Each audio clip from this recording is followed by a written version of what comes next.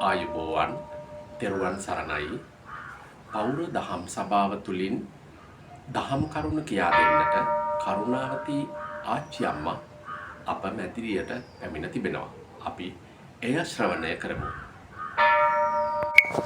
දරුවනේ මේ ව්‍යාසනය නිසා කිසිම කෙනෙකුට දොස් කියලවත් වැඩක් වෙන්නේ නැහැ. ස්වභාව ධර්මයේ විසින් කෙරෙන දෙයක් නිසා කිසිම කෙනෙකුට දොස් කියලා අපවාද කළා ඒ අය සමග ගැටුම් නැති කර ගැනීම ඇතිඵලක් වෙන්නේ නැහැ. ඒ නිසා දරුවනේ ඔබලා කල්පනා කරගන්න මේ ස්වභාව ධර්මයෙන් කෙරෙන දෙයක් නිසා අපි අපේ සිත් හොඳ හිත් බවට පත් කරගෙන සිත කය වචනය පිරිසිදු කරගෙන බුද්ධ වචනය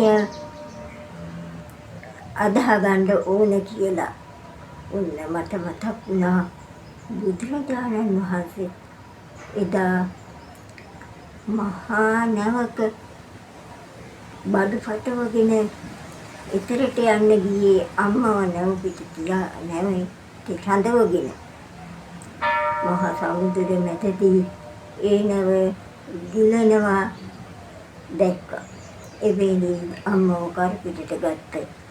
ඒ බෝධිසත්වයෝ දවස් 7ක්ම මහ මුහුදේ පීනලා ඒගොඩට ගත්තා. අම්මව කරපිට තියා බස්සලා අම්මේ මම මලත් මගේ අම්මා ජීවත් වෙත්තා කියද්දි අම්මා කිව්වා පුතා බුදු වෙත්වා කියලා.